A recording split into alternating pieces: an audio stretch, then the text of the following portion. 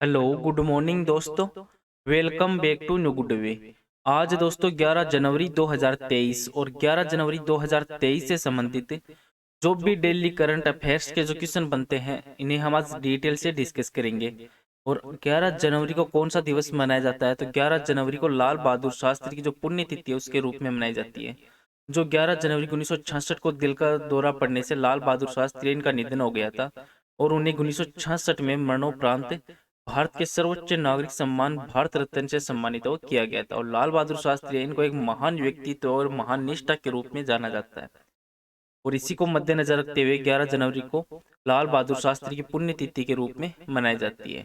और आज की वीडियो की आपको पीडीएफ चाहिए तो आप हमारे जो टेलीग्राम ग्रुप है वहां से वीडियो की पीडीएफ है वो प्राप्त कर सकते हैं। और लास्ट में आपको क्वेश्चन भी दिया जाएगा जिसका आंसर है वो आपको कमेंट बॉक्स में लिखना है। तो चलिए दोस्तों स्टार्ट करते हैं क्वेश्चन नंबर 1 से। और आज का वीडियो आपको अच्छा लगे तो चैनल को सब्सक्राइब और इसका बेल आइकन है वह जरूर प्रेस करें ताकि डेली के जो वीडियो अपलोड कर रहा हूं मैं उनका नोटिफिकेशन है वो आपको मिलता रहे। क्वेश्चन नंबर 1 है कि किस विश्वविद्यालय ने यूथ फेस्टिवल में ओवरऑल चैंपियनशिप है वो जीती है।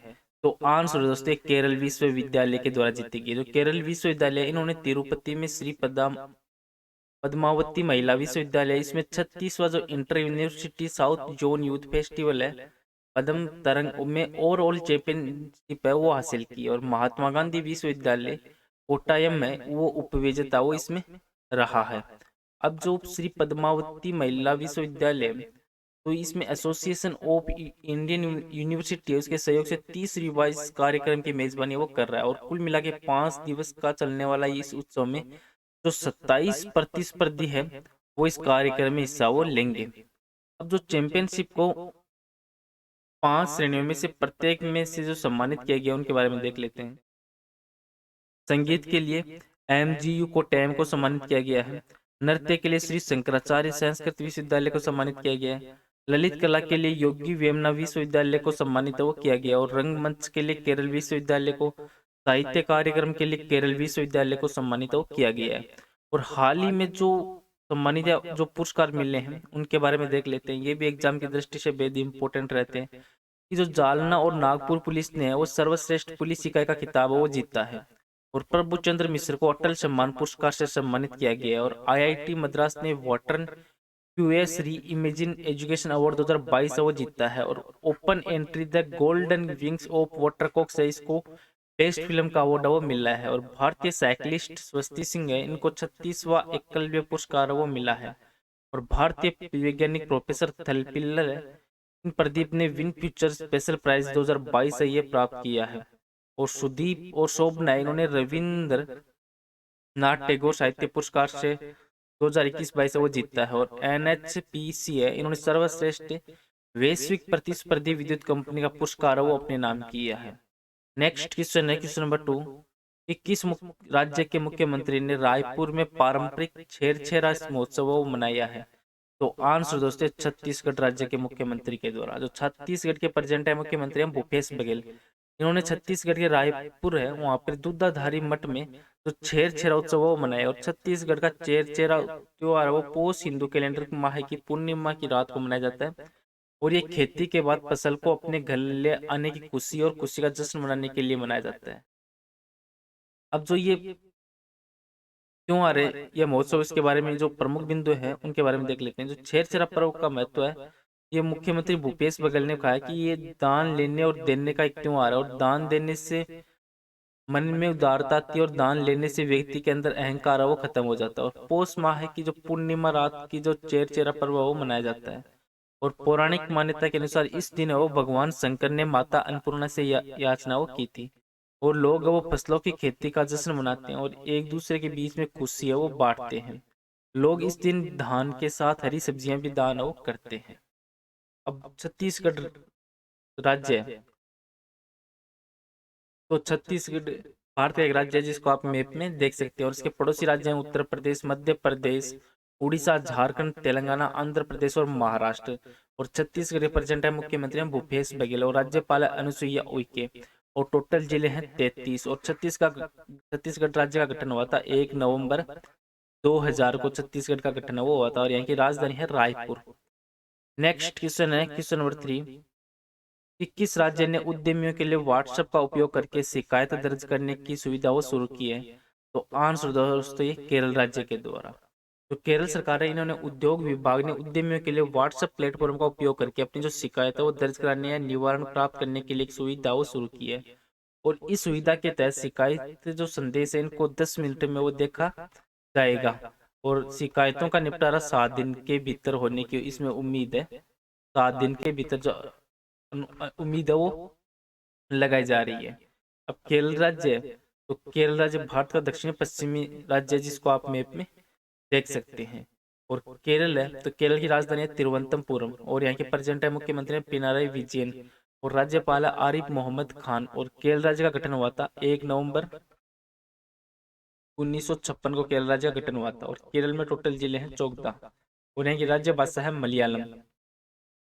नेक्स्ट क्वेश्चन है क्वेश्चन नंबर 4 कि विश्व हिंदी दिवस है ये किस दिन मनाया जाता है?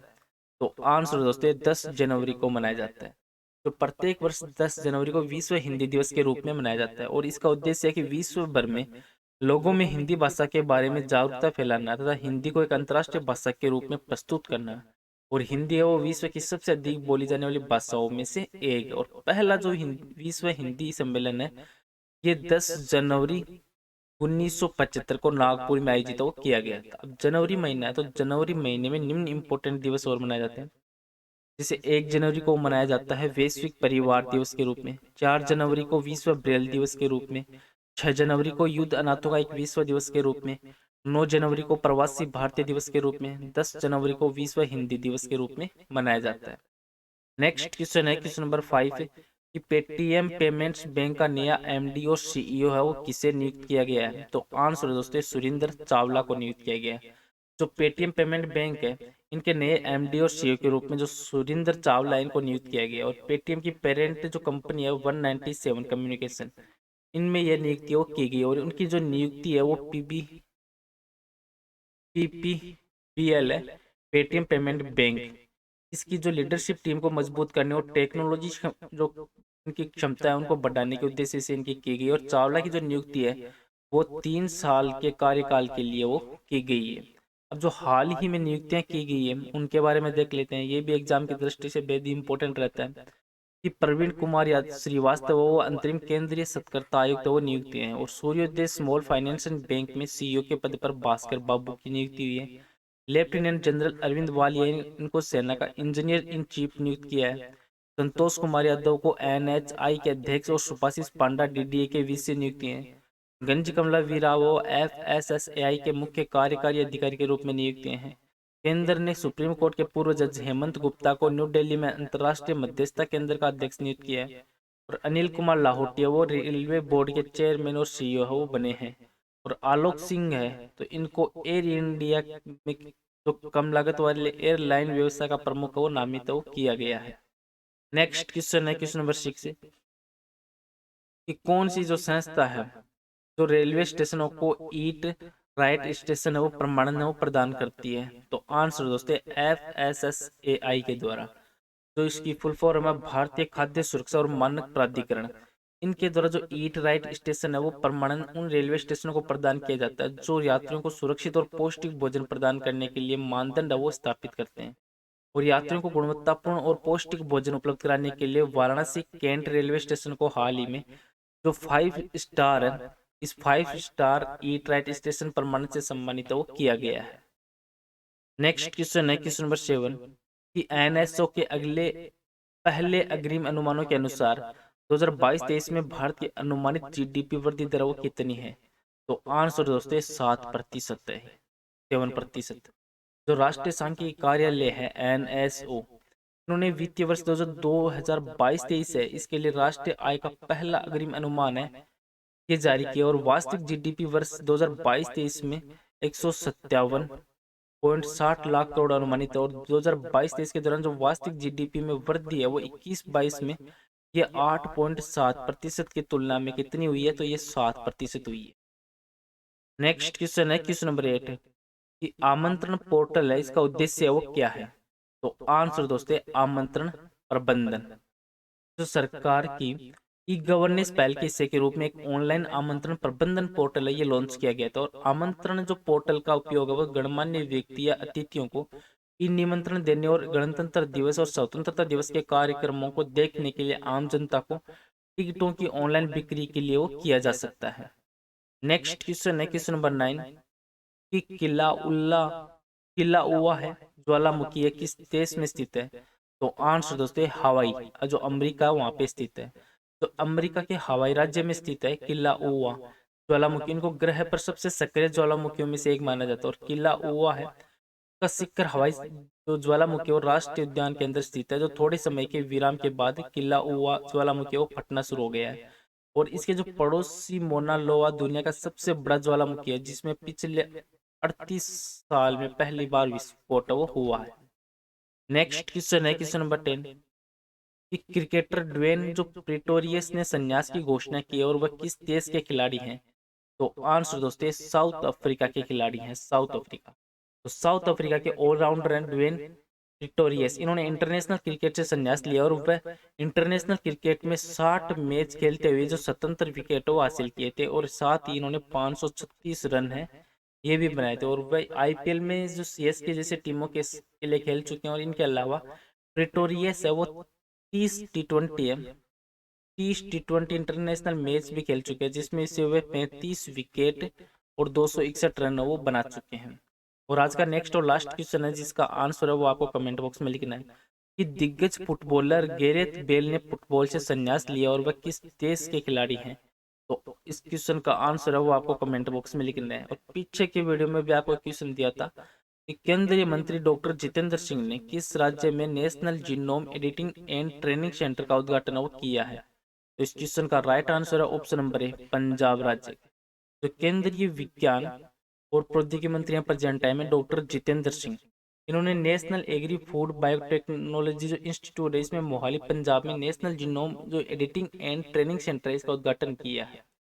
चलो दोस्तों आज का वीडियो है वो यहीं पे समाप्त करता हूँ। वीडियो आपको अच्छा लगे तो चैनल को सब्सक्राइब और शेयर जरूर करें। Thank you all of you.